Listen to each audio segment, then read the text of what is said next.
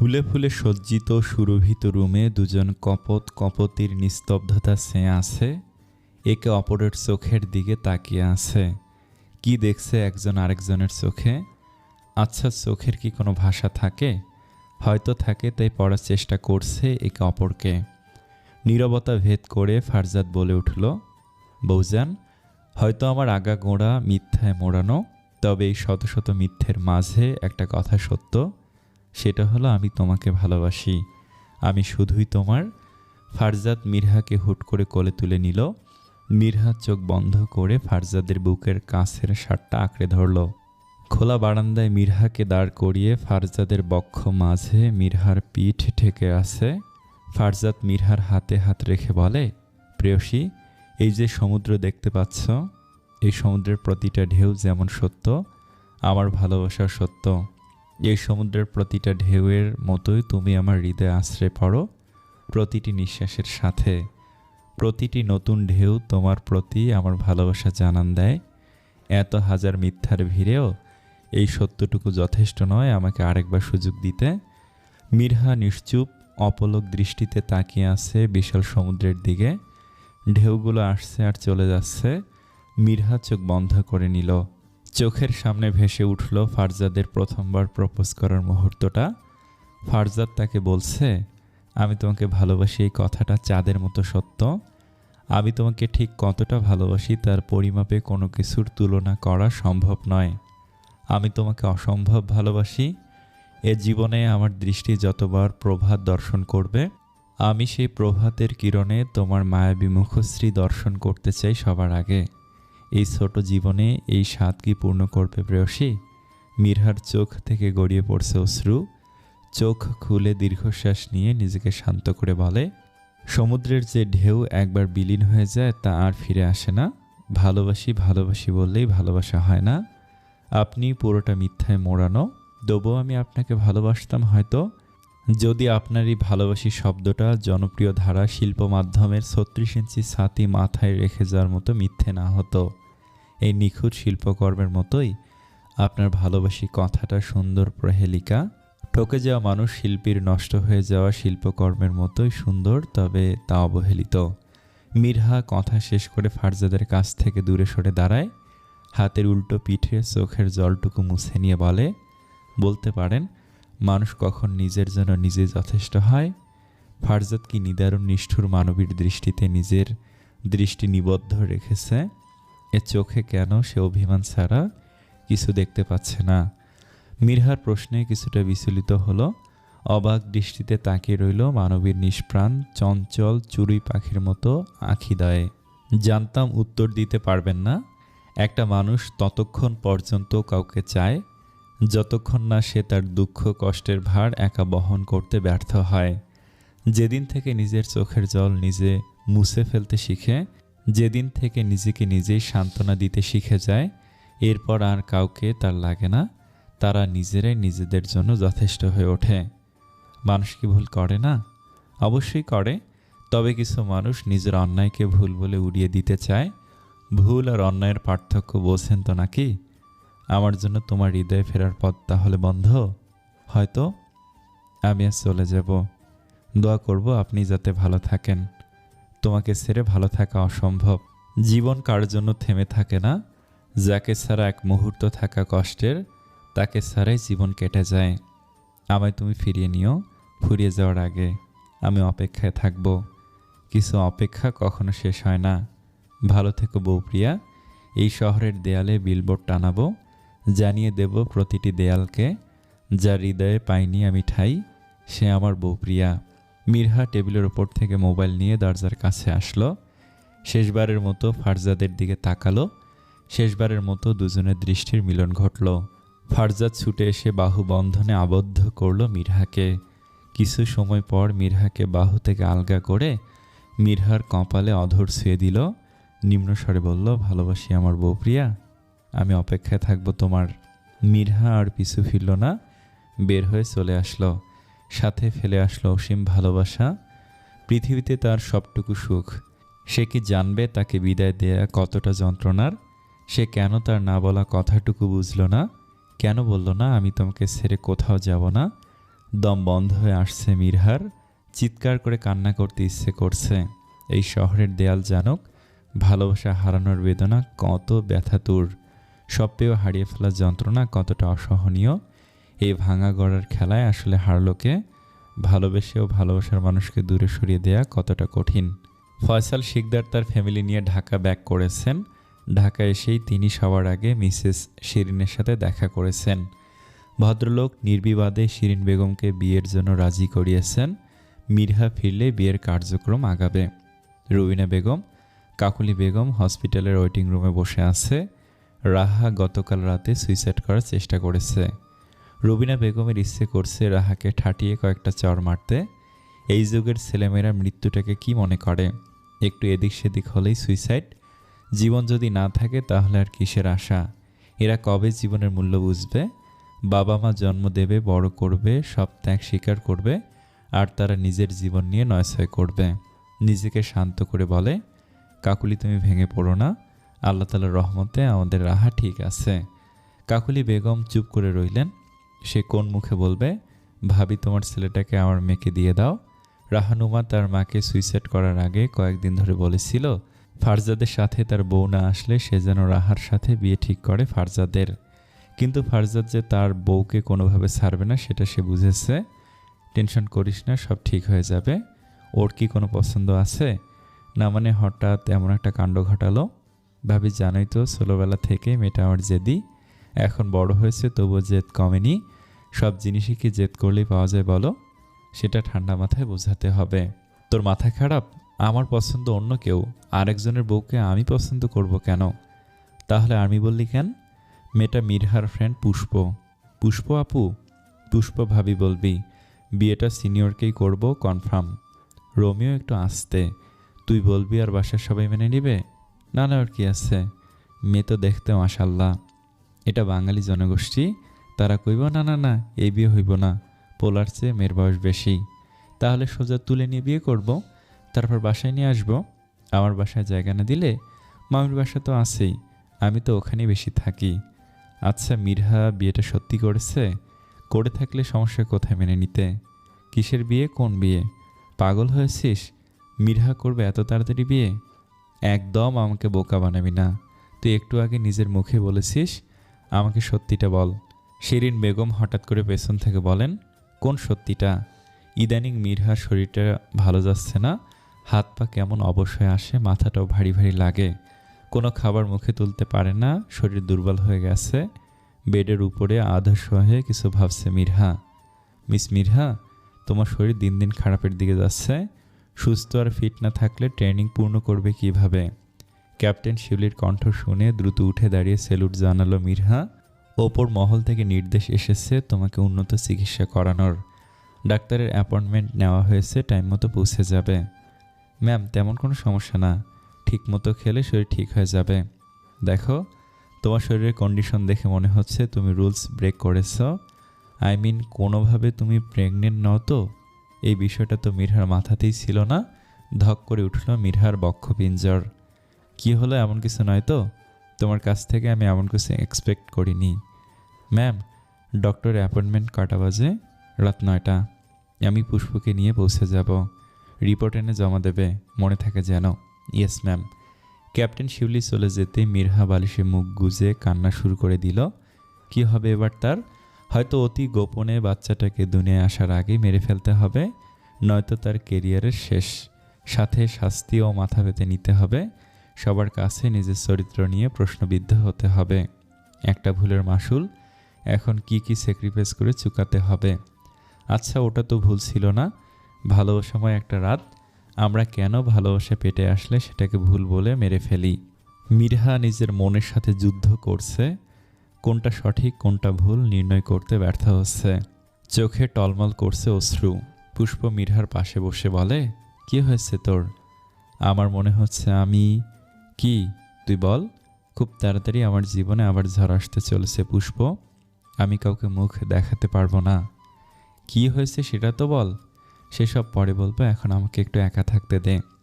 পুষ্প চলে যেতেই মিরহা নিজের ফোন থেকে হোয়াটসঅ্যাপে কল করলো ফারজাদকে। রিং হচ্ছে, কেটে যাচ্ছে, বেশ কয়েকবার দেওয়ার পরও ওপাশ থেকে রিসিভ হলো না। সাত পাঁচ না ভেবে মিরহা বলে, কোথায় আপনি? আপনাকে এই মুহূর্তে আমার খুব দরকার।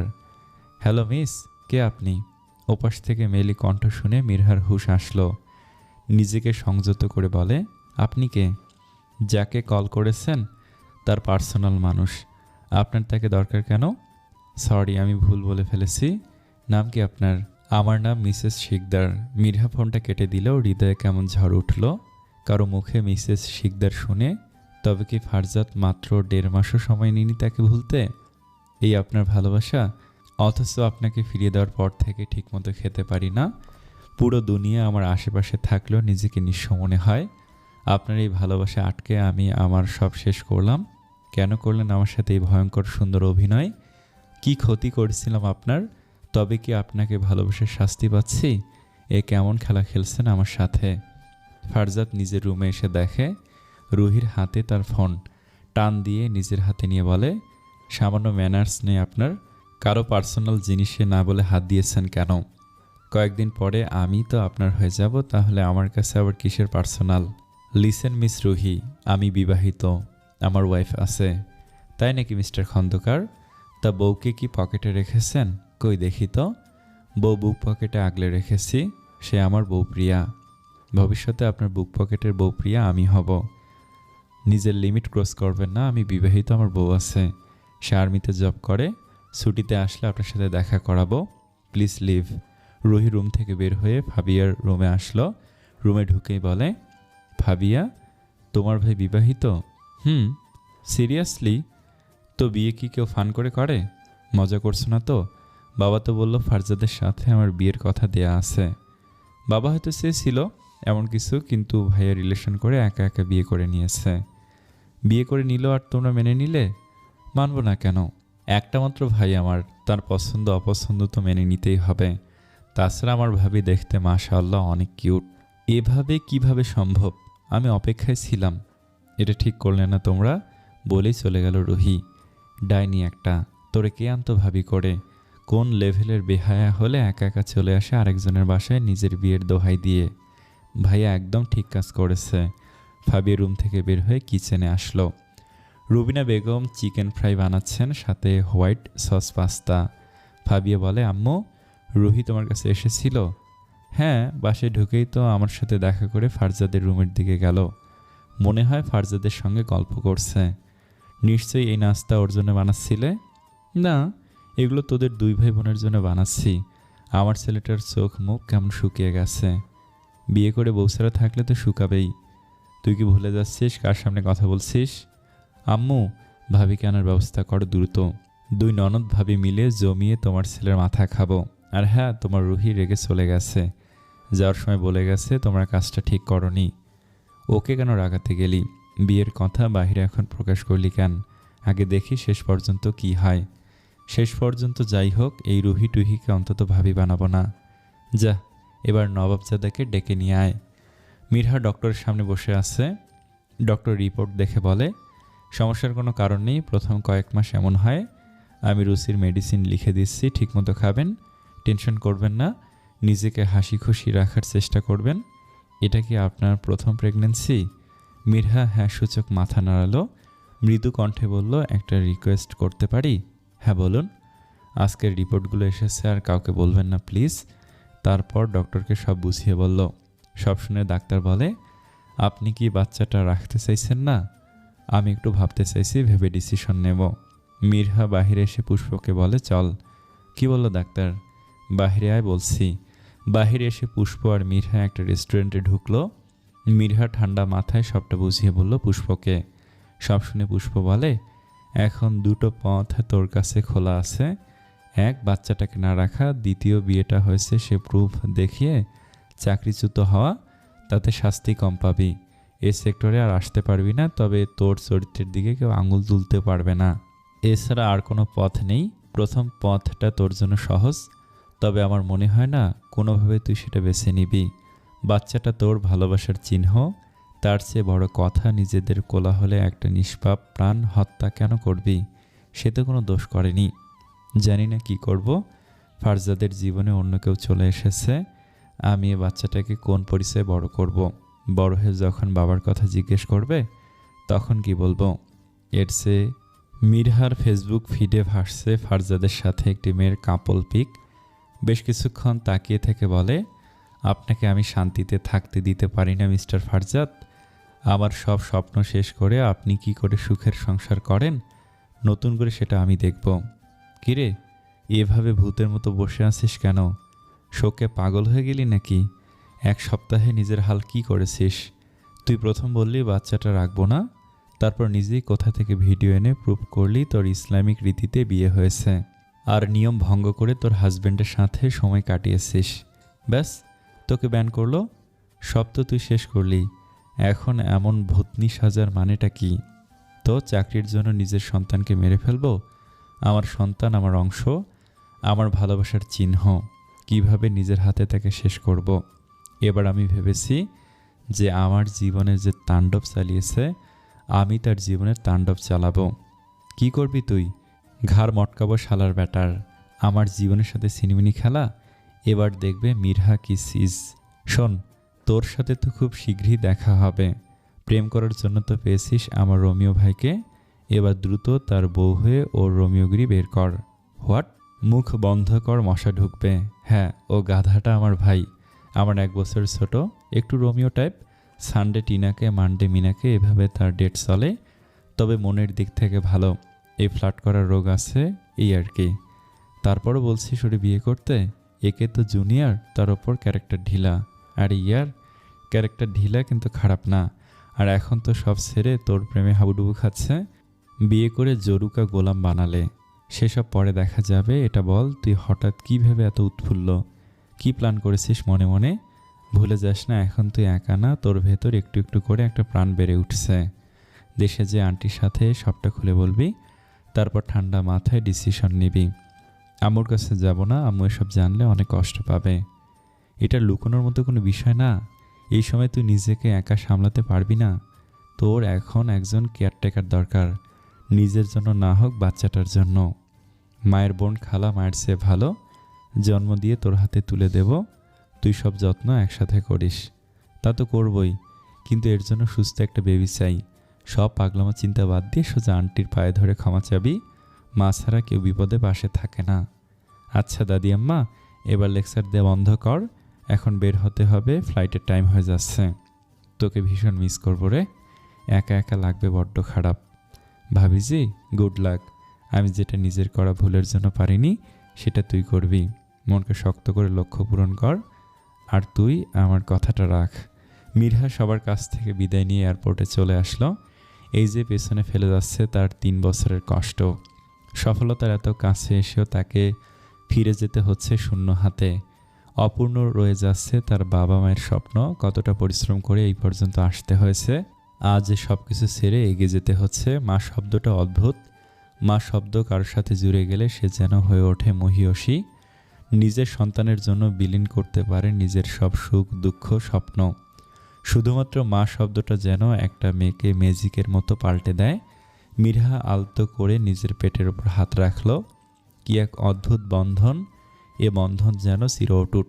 এমন এক অনুভূতি, এমন এক প্রশান্তি সে যাচ্ছে হৃদয় জুড়ে, যা ভাষায় প্রকাশ করা সম্ভব নয়। এখন থেকে প্রতিটি মুহূর্ত তৃষ্ণা বাড়বে মিরহার, আর তার সন্তানের মুখটা প্রথমবার দেখার তৃষ্ণা। আগামীকাল রাহার বিয়ে। একটু আগেই গায়ে হলুদ শেষ হলো। রাত প্রায় 2টা ছাড়িয়েছে। ফারজাদ ছাদে দাঁড়িয়ে নিকোটিনের ধোঁয়া ছাড়ছে। উদাস নয়নে তাকিয়ে আছে তারা ভরা আকাশের পানে। নতুন চাঁদের ক্ষীণ আলো, তবে অগণিত তারার মেলা আজ আকাশ জুড়ে।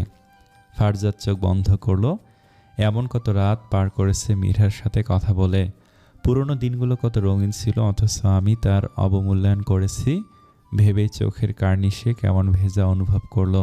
মনে পড়ে গেল এক রাতের কথা। রাত তখন 3টা। এই, তুমি গায়ে হলুদে কি পরবে? মিরহার টেক্সট দেখে মুচকি হাসলো ফারজাদ। গায়ে হলুদ পরবো? আমি বলেছি কি রঙের ড্রেস পরবে। একটা পরলেই হলো। পরলেই হলো মানে? আমার কি কোনো ড্রিম থাকতে পারে না আমাদের হলুদ নাইট নিয়ে? মহারানী, আপনার ড্রিম বলেন, অক্ষরে অক্ষরে পূর্ণ করব। তাই? একদম তাই।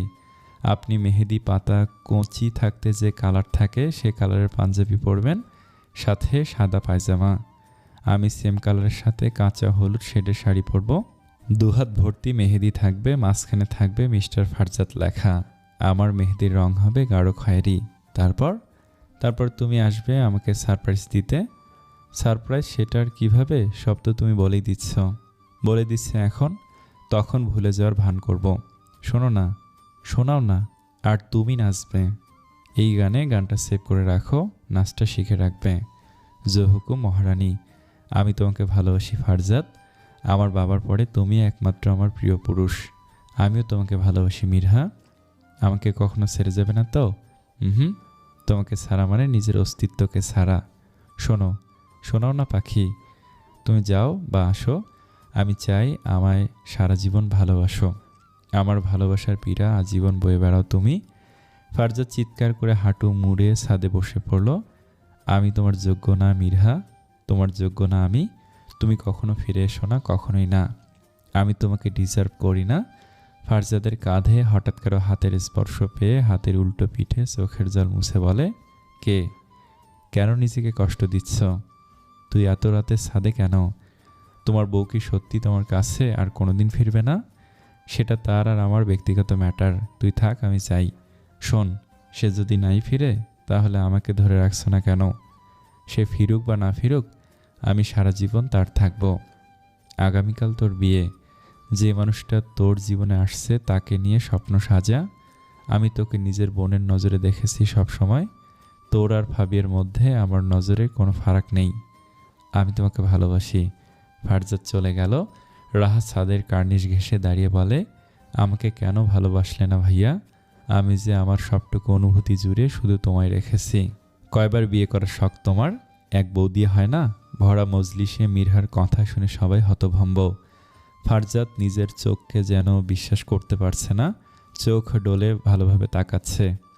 এত চোখ ডলাডলির কি আছে? বুড়া হয়ে গেছো? দেখো না নাকি আমি তোমার বিয়ে করা বউ মিসেস ফারজাদ শিকদার। রাহার বিয়ের আলাপ বাদ দিয়ে সবার মধ্যে গসিপ চলছে এই বিয়ে নিয়ে। ফারজাদ শিকদার বিবাহিত। কতজন মনে মনে আর কতজন প্রকাশও করেছে তাদের মেয়ের জামাই ফারজাদকে পছন্দ। রুহিও এসেছিল রাহার বিয়ে খেতে। সবাই চুপ করে থাকলেও রুহি এসে বলে, আমার উইডির সম্পর্কে মিথ্যে অপবাদ দিলে আমরা বিশ্বাস করব? আমার উডবির সম্পর্কে মিথ্যে অপবাদ দিলে আমরা বিশ্বাস করব? তা তোমার উডবির আরেক জায়গায় বিয়ে দিচ্ছেন কেন? বিয়ে মানে? আজ ফারজাদের কাজিন রাহনুমা রাহার বিয়ে। মিরহা থামল। স্টেজে উঠে ফারজাদের কলার ধরে বলে, এই হাদারাম, এমন শেরওয়ানি পরে মানুষ বিয়ে খেতে আসে? রুহি রেগে এদিকে আসছিল। ফারজাদ হাত দিয়ে ইশারা করে মানা করে দিল। কেন মানা করছো? এই মেয়েরা তো সাহস, ভরা মজলিসে তোমার কলারে হাত দেয়। রুবিনা শিকদার এসে বলে, কলার ছাড়ো। পারিবারিক আলোচনা চার দেয়ালের মধ্যে করতে হয়, ভরা মজলিসে না। আপনি কে? আমি হাদারামের জন্মদাত্রী জননী। Sorry aunty, it's okay. Aunty, আপনি এই মেয়েটার সাথে ভদ্রভাবে কথা বলছেন কেন? আমি কার সাথে কিভাবে কথা বলবো সেটাকে এখন তোমার কাছ থেকে শিখতে হবে? রুবিনা বেগম সবাইকে উদ্দেশ্য করে বললেন, আমার ছেলের বউ আজকে অস্ট্রেলিয়ার থেকে আসলো। বাকি কথা আমি প্রেস ডেকে অ্যানাউন্সমেন্ট করব। দুঃখিত অনাকাঙ্ক্ষিত ভুল বোঝাবুঝির জন্য। Please enjoy. রাহা বারবার তাকাচ্ছে। ইস, কত ভাগ্যবতী মেয়েটা, যার সাথে কথা বলতে ভাবতে হয় 100 বার। কেউ তার কলার ধরল কত অধিকার নিয়ে। ভালোবাসলে মানুষ এমনভাবে মানুষটাকে নিজের ভাবে।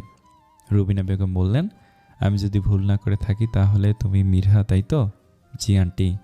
রুবিনা বেগম ফাবিয়াকে দেখে বললেন, ওর সাথে যাও, ড্রেস চেঞ্জ করে এসো। ও হলো ফাবিয়া শিকদার, তোমার বোন। ফাবিয়া বলল, ভাবি চলুন। মিরহা ফাবিয়ার সাথে যাচ্ছে আর ভাবছে, এরা সবাই আমার সাথে এত ভালো বিহেভ করছে কেন? আমার সম্পর্কে তারা জানলো কি করে? কি ভাবছো ভাবি? কই কিছু না তো। এই নাও শাড়ি, সাথে হালকা কিছু গয়নাও আছে। শাড়ি পরতে পারো তো? মিরহা হ্যাঁ সূচক মাথা নাড়ালো। তাহলে দ্রুত রেডি হও, আমি বাইরে দাঁড়াচ্ছি। একটু দ্রুত কইরো ভাবি, বরযাত্রী আসার সময় হয়ে গেছে কিন্তু। মিরহা বেডে বসে ভাবছে, কি হলো? আমি কেস খেতে এসেছি নাকি কেস খাওয়াতে এসেছি? শাড়ি পরে রেডি হয়ে নিল, ভাবছে বের হবে কি না। ভাবি, আর কতক্ষণ লাগবে তোমার? আমার আবার গেট ধরতে হবে, বরের জুতা চুরি করতে হবে। এমনভাবে বলছে ফাবিয়া যেন জুতা চুরি আর গেট ধরা খুব ইম্পর্ট্যান্ট একটা কাজ। মিরহা বের হয়ে আসলো। গাঢ় জাম কালারের শাড়ি, হালকা গহনা, হায় ভাবি, তোমাকে তো পরই লাগছে, তবে একটা কিছু মিসিং মনে হচ্ছে, ওয়েট। ফাবিয়া লিপস্টিক বের করে হালকা করে ঠোঁটে দিয়ে দিল। এবার পারফেক্ট। মিরহা বোকার মতো দাঁড়িয়ে আছে, কি করতে আসলো আর কি হচ্ছে তার সাথে। মাথাটা কেমন চক্কর দিচ্ছে, গা গোলাচ্ছে, বমি পাচ্ছে, আশেপাশে তাকিয়ে পরিচিত কাউকে খুঁজছে, কিন্তু শ্বশুরবাড়ির প্রথম দিন কেউ তো পরিচিত নেই তার। ফারজাদ পেছনে দাঁড়িয়ে বলে, বউ, এভাবে কেউ সারপ্রাইজ দেয়? ভাগ্যিস হার্ট অ্যাটাক করিনি। মিরহা ঘুরে ফারজাদের হাত নিজের হাত দিয়ে চেপে ধরল। কি হয়েছে তোমার? মিরহা কোনো মতে বলল, ওয়াশরুম। মাথা চক্কর দিয়ে পড়ে যাওয়ার আগেই ফারজাদ মিরহাকে কোলে তুলে নিল। আশেপাশের কয়েকজন তাকিয়ে আছে সেদিকে, সবার দৃষ্টি উপেক্ষা করে নিকটস্থ ক্লিনিকে নিয়ে আসলো। ডাক্তার সাধারণ চেক আপ করে বলে, এই অবস্থায় রেস্ট প্রয়োজন, সাথে পর্যাপ্ত ভিটামিন জাতীয় খাবার। ওনাকে দেখে মনে হচ্ছে এখনও কিছু খাননি। এমনভাবে না খেয়ে থাকলে বেবির গ্রোথে সমস্যা হবে। সুস্থ সন্তান জন্ম দিতে চাইলে নিজেকে সুস্থ রাখতে হবে। ফারজাদ বোকার মতো ডাক্তারের কথা শুনছে। কি বলছে ডাক্তার এসব? বেবি আসলো কোথা থেকে? আপনার কিছু ভুল হচ্ছে, আমার ওয়াইফ তো প্রেগনেন্ট না। আপনার ওয়াইফ প্রেগনেন্ট, বিশ্বাস না হলে আলট্রা করে দেখতে পারেন।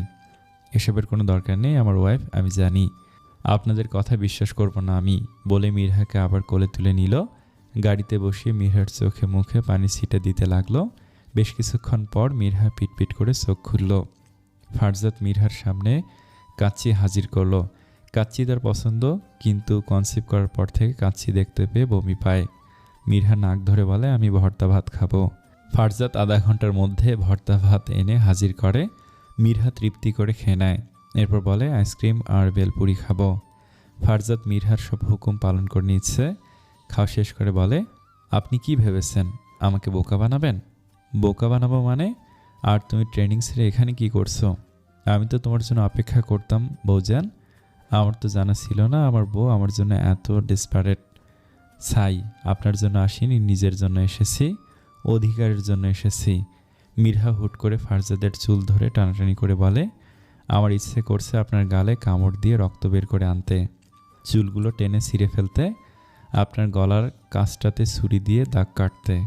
কি হয়েছে তোমার? তুমি আসলে মিরহা তো, নাকি মিরহা বেশি ভূত?